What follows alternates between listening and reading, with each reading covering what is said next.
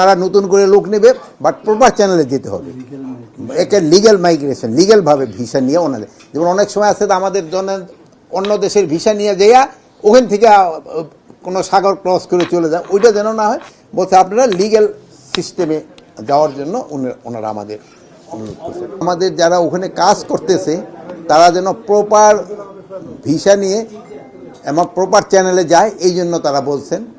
যেন আপনারা জানেন যে অনেক সময় অনেকে আছে যে যারা হয়তো সৌদি আরবিয়ার ভিসা নিয়ে গেল, বা অন্য লিবিয়ার ভিসা নিয়ে গেল, বা অন্য যে কোনো কান্ট্রির ভিসা নিয়ে গেল, তারপর ওখান থেকে আবার ইটালিয়ান ভিসা না দিয়ে চলে যায়।